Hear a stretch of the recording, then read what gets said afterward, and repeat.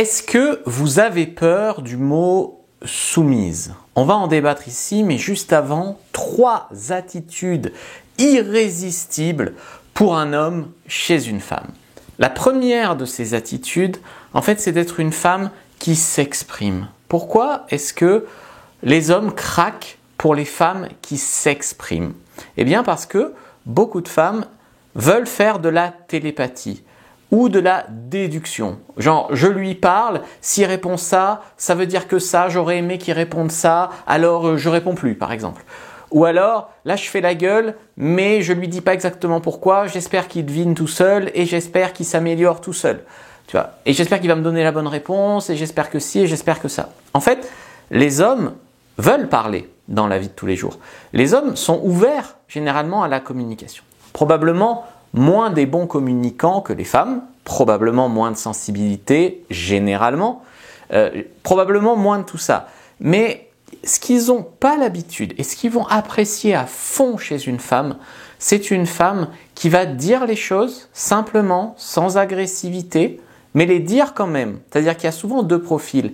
Il y a la femme dite trop gentille, qui te dit pas les choses, qui fait semblant que tout va bien et qui boude un peu dans son coin et qui espère que ça s'améliore et puis elle accumule des frustrations puis d'un coup ça explose.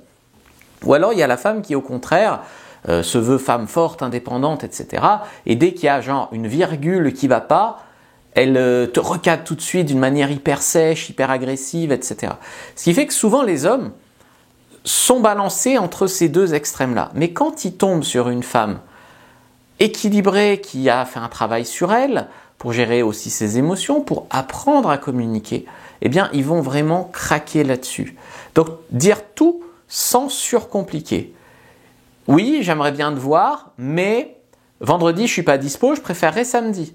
Au lieu de non, je suis pas dispo, voilà. Ou alors, ça me ferait plaisir de te voir, mais le rendez-vous que tu proposes, je sais pas, chez l'italien, ça me va pas parce que je suis allergique au gluten. Je préférerais qu'on se fasse un resto chinois, par exemple. Tu vois, dire les choses plutôt que pas répondre, dire non mais sans expliquer pourquoi, alors que tu as envie, tu vois, en espérant que lui persévère, que lui devine ce qui va pas, que lui propose autre chose, etc., etc. Vraiment, je t'assure, simplement une communication calme et claire, c'est une clé irrésistible pour un homme. Beaucoup d'hommes ne sortent pas avec la fille la plus canon, la plus intelligente, la plus diplômée, la plus riche, etc. Beaucoup d'hommes, ce qu'ils veulent en fait, c'est un couple où il n'y a pas de drama, où il n'y a pas de prise de tête pour rien. Il ne veut pas rentrer chez lui, pas savoir de quelle humeur il va la trouver, devoir peser chaque mot avant de parler, etc. Alors tu vois, la communication non violente, par exemple, ça permet de s'exprimer dans des choses négatives. C'est-à-dire que tu dois au quotidien lui dire ce qui va. Par exemple, je sais pas, il fait des trucs bien, t'es sexy quand tu fais ça, j'adore te voir faire ça, merci d'avoir fait ça. Il faut dire ce qui est bien, comme ça il a envie de continuer à faire ce qui est bien. Et ensuite, quand il y a quelque chose qui ne va pas, en fait ce qu'il faut faire c'est donc de la CNV.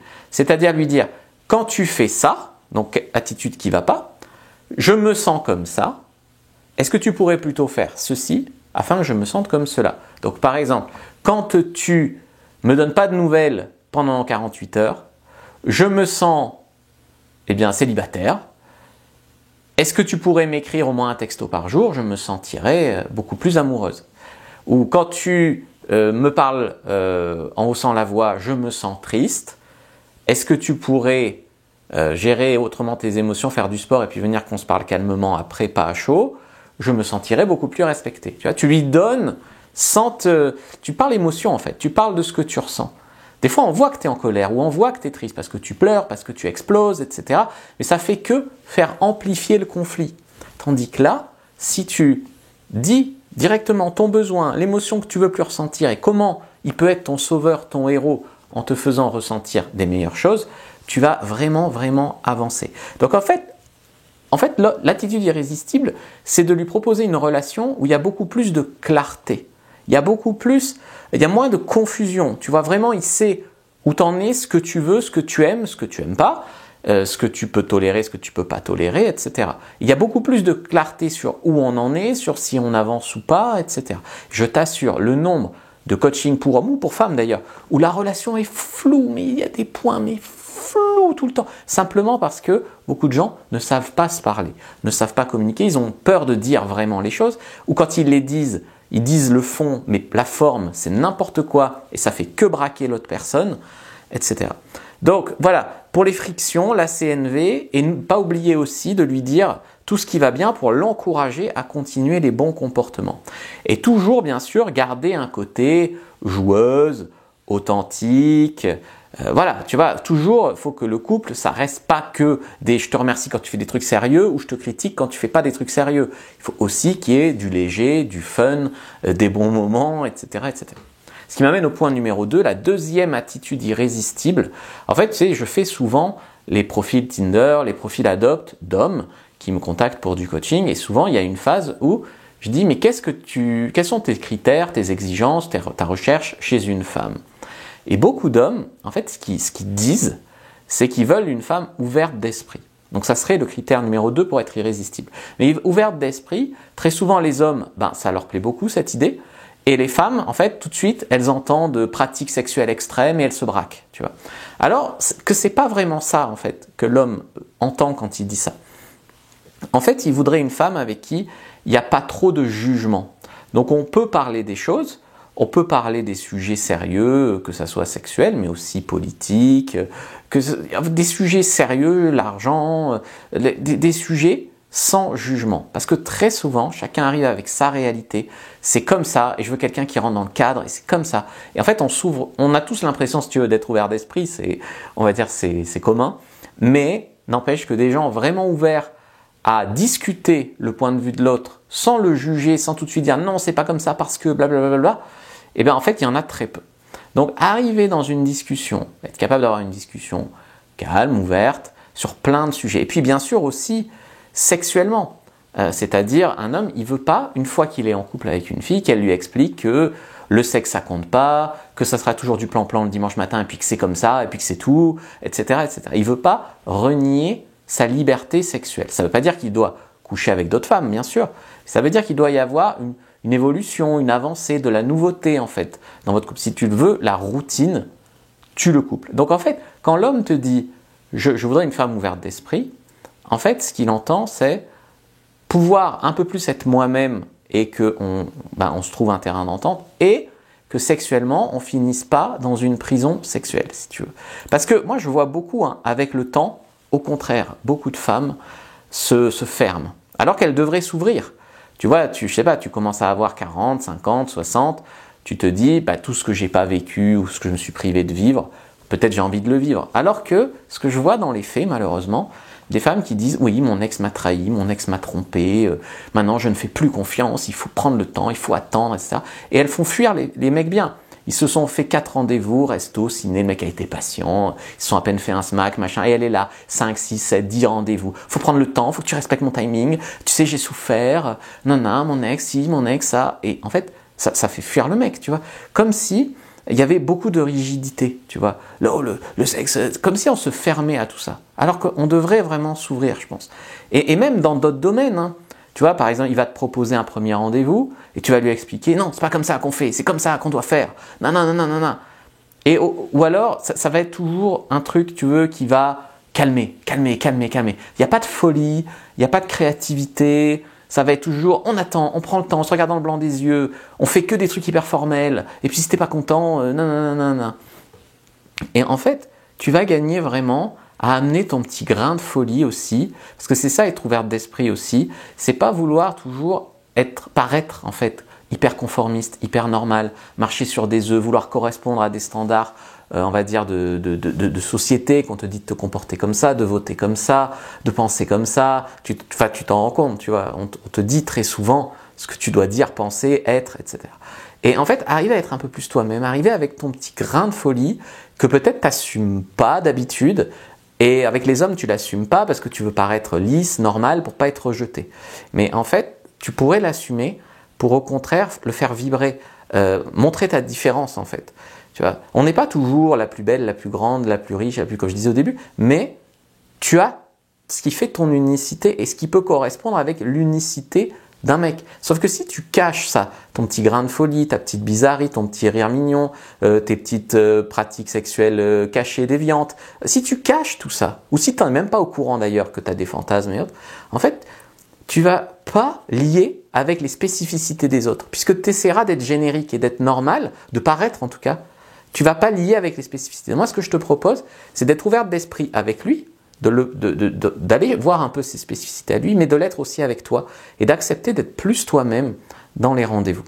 Tu vois, donc ça, c'est quand même important. Et aussi ouverte d'esprit sur les critères, sur tout ci, tout ça, dans le sens où souvent, une femme ne se met pas en couple avec le mec qui correspond 100%. Tu sais, elle arrive avec une liste de critères, un calque, elle le met sur les mecs, et très souvent, elle finit en couple avec un mec qui a genre même pas la moitié des qualités qu'il y avait sur sa liste, mais par contre, il en a d'autres. Il a réussi à la surprendre ou ça a accroché d'une autre façon.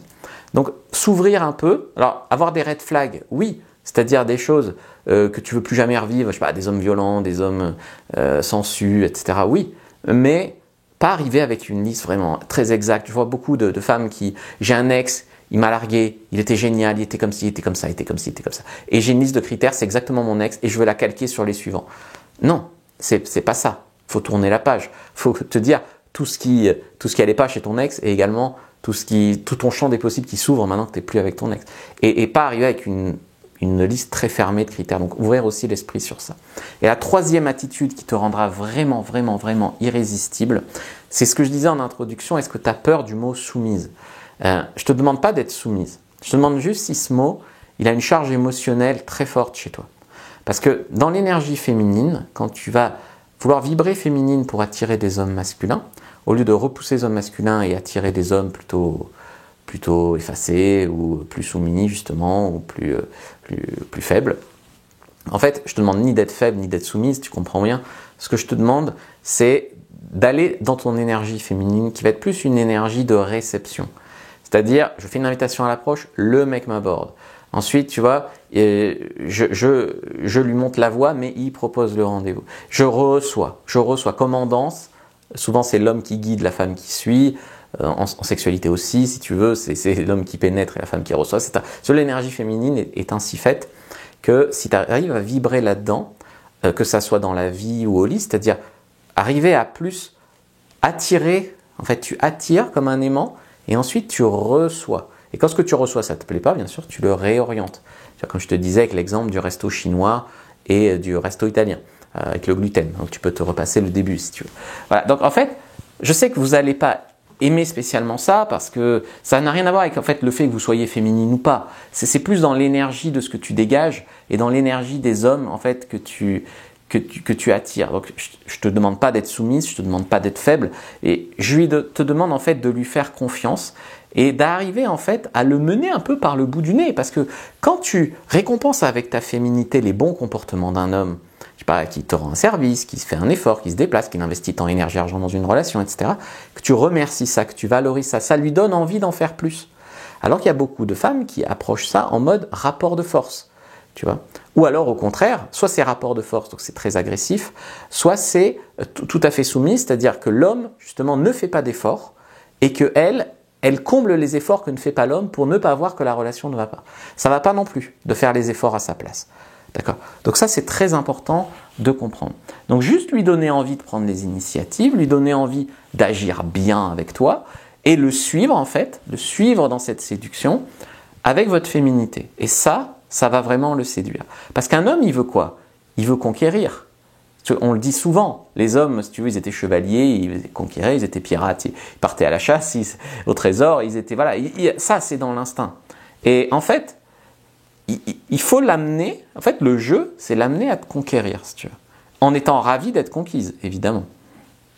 Donc, j'ai failli dire conquérir, mais ça se dit pas. Voilà, donc là, je dirais que guérir est la clé. C'est-à-dire que si tu a eu un ex qui t'a trompé, que tu sais plus faire confiance, a eu un ex qui, je sais pas quoi, ou des croyances hyper rigides qui viennent de ta famille sur la sexualité, sur des tas de trucs qui en fait ne font que te fermer, que te couper, tu vois, des autres. Autorisez-vous. autorisez-vous à vivre ce que vous avez jamais vécu mais que secrètement vous avez envie de le vivre. Autorisez-vous même à être célibataire, hein. Le temps de trouver le bon, ça peut être sympa d'être célibataire. C'est pas forcément un échec, pas forcément quelque chose qu'on subit. Autorisez-vous à explorer des choses pendant un temps donné, que ça soit sexuellement, mais bien sûr dans la vie aussi, comme je te disais, ouvre ta liste de critères que tu as pour les hommes. Rencontre des hommes qui ne sont pas forcément pile ton genre, mais qui ont autre chose d'intéressant, tu vois, et tu auras des grosses surprises. D'accord ? Parce que si tu restes dans le cercle vicieux, je ne fais pas confiance, j'ai peur, je me venge, bien sûr, les hommes ils vont être punis aussi parce qu'ils passent à côté d'une chouette rencontre comme toi, mais le facteur limitant, ce sont ces pensées-là. Et tu te limites aussi beaucoup toi-même. C'est pour ça que je te disais, guérir est la clé. Si vous voulez aller plus loin, vous pouvez en fait prendre votre fiche sur comment être une femme fatale. Premier lien dans la description de la vidéo, lien en commentaire épinglé. Donc prenez-la, elle est gratuite et ça vous aidera en fait à être une femme beaucoup plus irrésistible, beaucoup plus une femme fatale comme on dirait, même si le mot est un peu galvaudé. Prenez-la, premier lien dans la description de la vidéo, lien en commentaire épinglé. Likez, commentez, partagez, abonnez-vous à la chaîne si ça vous a plu et regardez une autre vidéo de la chaîne que je vais vous sélectionner en lien et qui va bien compléter cette vidéo-là.